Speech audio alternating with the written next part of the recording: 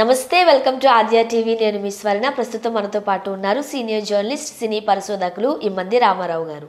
నమస్తే అండి. నమస్తే అమ్మా. రామారావు గారు, దసరా సినిమా టీజర్ రిలీజ్ అయింది.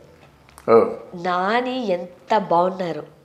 ఎస్, ఎందుకనంటే హీరోలు నీట్గా తలదు వేసుకుని మేకప్ వేసేసుకుని ఓకే ఆ బట్టలు వేసేసుకుంటే హీరో అయిపోతారు. బట్ న్యాచురల్ స్టార్ అని నానికి ఎలానో ఆ పేరుంది కాబట్టి ఆ దసరా ఆ కథకు తగ్గట్టు ఎంత బాగున్నారో నాని గారు. అంటే నిజంగా ఒక ఊరు అబ్బాయి, అది బొగ్గు గనులకు సంబంధించి అయి ఉంటుంది. సో మనకు తెలుస్తుంది ఆ బ్యాక్గ్రౌండ్ లో. సో నిజంగా ఆ కార్మికుల్లో ఒకరు అందంగా ఉంటే ఆ మాసీ లుక్ లో ఎంత బాగుంటారో అంత బాగున్నట్టు నాకైతే అనిపించారు. అండ్ కీర్తి సురేష్ గారు కూడా చాలా బాగున్నారు. ఫస్ట్ ఆఫ్ ఆల్ మీరేం చెప్తారా టీచర్ కోసం? ఇది మనకి నాని ప్రవేశం, నాని ఎదుగుదల అంతా స్వయం కృషితో వచ్చింది. అంటే ఆయన స్వయంగా కష్టపడి ఈ స్థానాన్ని చేరుకున్నాడు. మన టాలీవుడ్లో సహజ నటి అని జయసుధ గారిని అంటాం. అలాగే సహజ నటుడు అనే పేరు ఒక నానికే వచ్చింది. అవును, అది ఆయన కష్టపడి సంపాదించుకున్నాం. సహజ నటుడు అంటే ఏమాత్రం డ్రామా చేసినా సరే ఆ పేరు పోతుంది. వంశ పారంపర్యంగా వచ్చిన పేరు కాదు అది. అందువల్ల అది నానికి యాక్టింగ్ అన్నది నిజంగా భగవంతుడు ఇచ్చినటువంటి వరం. అంటే పుట్టుకతో వచ్చిందేమో అని నాకు అనిపిస్తుంది. రెండవది ఏంటంటే ఒకలాగా నా అబ్జర్వేషన్ చెప్తున్నాను. ఇది ఆ పుష్ప సినిమాలో ఈ అల్లు అర్జున్ అలాగైతే ఆ గెటప్తో ఉన్నాడు, చూస్తుంటే పుష్ప కాదు కానీ అలాంటి సినిమా అనిపిస్తుంది. ఆ గెటప్ అంతా చూసిన తర్వాత ఇప్పుడు గ్లామరైజ్డ్ గెటప్లో ఎవరూ సహజంగా యాక్ట్ చేయడానికి ఒప్పుకోరు అన్నమాట. ఎందుకంటే తర్వాత వాళ్ళ పేరు పోతుంది, వాళ్ళని చూడడానికి కూడా ఒప్పుకోరు. అలాంటి దాన్ని ఆర్టిస్టులు సహజంగా తప్పించుకుంటారు. అందువల్ల వీళ్ళు వేశారంటే ఆ కథ మీద మంచి పట్టు ఉంది, కథలో యాక్టింగ్ చేయడానికి మంచి స్కోప్ ఉంది, ఇవన్నీ అనిపిస్తే కానీ ఒప్పుకోరు. దాంట్లో మన నానికి మాత్రం ఈ సినిమాలో, దసరా సినిమాలో యాక్టింగ్కి చాలా పెద్ద స్కోప్ ఉన్నటువంటి క్యారెక్టర్.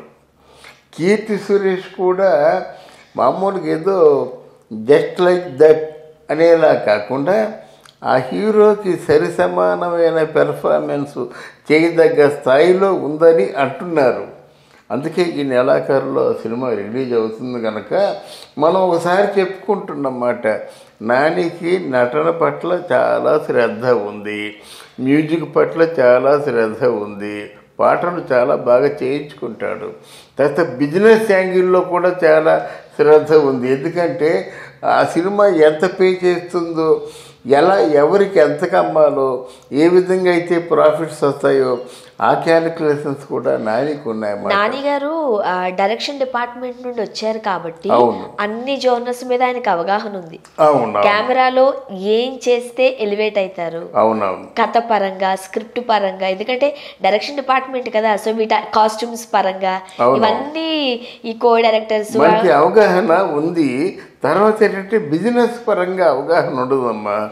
పాత యాక్టర్స్లో కృష్ణ గారికి ఉండేది బిజినెస్ పరంగా అవగాహన, మిగతా వాళ్ళకి లేదు కదా.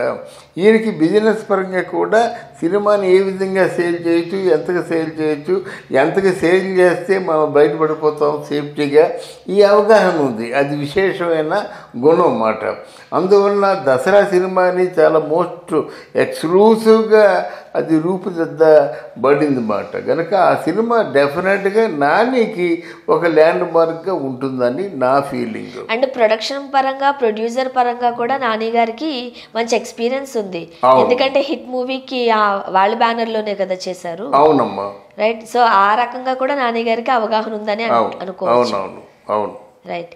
అండ్ మీరు అన్నట్లుగా ఈ దసరా టీజర్ చూస్తుంటుంటే పుష్పాన్ని తలపించేలాగా అనిపిస్తోంది. ఆ పుష్పాన్ని తలపించేలాగా ఉందన్నమాట. అంటే క్యారెక్టర్ కానీ ఆ మేనరిజం కానీ ఇదంతా మనకు పుష్ప ఎందుకో గుర్తొస్తుంది అన్నమాట. ఆ పుష్పాన్ని చూసినప్పుడు కూడా మనకు అనిపించింది ఇదేదో గోల్డ్ కుట్టేలాగా ఉందిరా అనిపించింది అన్నమాట. తగ్గేదేలే అని చెప్పేసి. ఇది అలా కాకుండా నీట్గా ఉన్నప్పుడు కూడా ఆ హెయిర్ స్టైల్ కానీ ఆ గెటప్ కానీ సహజంగా ఉండేటువంటి గుణం కానీ ఇవన్నీ కూడా ఇదేదో అంటే టార్గెట్ రీచ్ అయ్యేలాగా ఉందనేటువంటి ఫీలింగ్ మనకు కలుగుతుంది. అంటే డాన్స్ కూడా ఎలా చేశారో చూసారా? అవును, డాన్స్ ఎలా చేశారో ఫుల్ మాసి స్టెప్పులు వేసి అవునవును అసలు క్లాసీ లుక్ లేదు అక్కడ. అవునవును. సో అది ఎలాంటి ఆడియన్స్ ని మెస్మరైజ్ చేస్తుంది అంటారు? డెఫినెట్గా ఆడియన్స్కి కొత్తదనం ముఖ్యం అమ్మా. ఎందుకంటే మనం చూడు రోజు వంటలు తింటూ ఉంటాం కదా, ఆ వంటల్లో కొంచెం వెరైటీగా ఏదైనా కొత్తదనంగా వంట చేశారనుకోండి ఎగబడి తింటారు. ఇప్పుడు ఫుడ్ చాలా మంది ఫుడ్డీస్ అయిపోయారు. ఎందుకంటే రోజుకో కొత్త వంట వీడియో ఛానల్లో వస్తుంది. ఆ వంట చూసిన తర్వాత మనం వెతుక్కుంటూ వెళ్ళి ఆ వంటను కొనుక్కుంటాం అన్నమాట. అలాగే సినిమాలో కూడా సినిమా తాలూకు స్క్రీన్ ప్లే కానీ కథనంలో వెరైటీ వినూతనంగా ఉంటే ప్రేక్షకులు తప్పకుండా దాన్ని చూస్తారు, ఆదరిస్తారు. దీన్ని కూడా పుష్పాన్ని ఆదరించినట్టుగానే ఆదరిస్తారని ఒక ఆశ ఉంది. రెండోది ఏంటంటే ఇది మళ్ళీ పుష్ప 2 మీద ఏమైనా ప్రభావం చూపిస్తుందా అనేటువంటి భయం కూడా నాకుంది. ఎందుకు ఇది మంత్ ఎండ్కి రిలీజ్ అయిపోతుంది కదా, పుష్పకి ఇంకా చాలా టైం ఉంది. అదే అని ఉన్నా సరే దీని తాలూకు ప్రభావం ఉంటుందా అని. ఇది మంత్ ఎండ్కి ఇది రిలీజ్ అయిపోయినప్పుడు కూడా ఒక సినిమా కానీ ఒక క్యారెక్టర్ కానీ నా తాలూకు ప్రభావం ఉంటుందని ఆలోచన ఉంటుంది కదా. మహానటి సినిమా రిలీజ్ అయిన తర్వాత కీర్తి సురేష్ గారు కథల ఎంపికలో డిఫరెన్స్ కనిపిస్తుంది. ఎందుకంటే ఆ మార్క్ లోనే మళ్ళీ తను చేసుకుంటూ వెళ్ళగలగాలి. ఏదో వచ్చి 2 పాటలకి డాన్స్ చేసి వెళ్ళిపోతే సరిపోదు. సో కీర్తి సురేష్ గారి క్యారెక్టర్ ఎలా ఉండే అవకాశం ఉందండి? అవును. అంటే మహానటి సినిమా కీర్తి సురేష్ తాలూకు కెరీర్ని చాలా వరకు దెబ్బతీసింది. ఎలాగో చెప్తాను నేను. ఎందుకంటే ఒక మహానటి సావిత్రి క్యారెక్టర్ చేస్తున్నప్పుడు తను శక్తి వంచన లేకుండా చేసింది.